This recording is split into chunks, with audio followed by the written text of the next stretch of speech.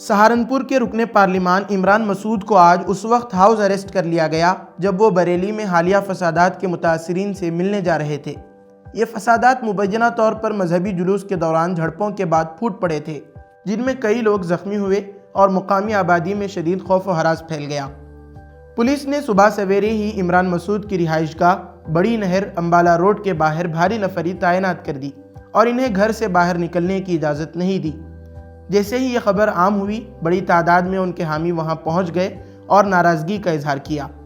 عمران مسعود نے کہا کہ وہ صرف متاثرہ خاندانوں سے ملاقات اور ان کی دل جوئی کے لیے جا رہے تھے، لیکن انتظامیہ نے انہیں روک دیا، جسے انہوں نے جمہوری اقدار کی خلاف ورزی قرار دیا۔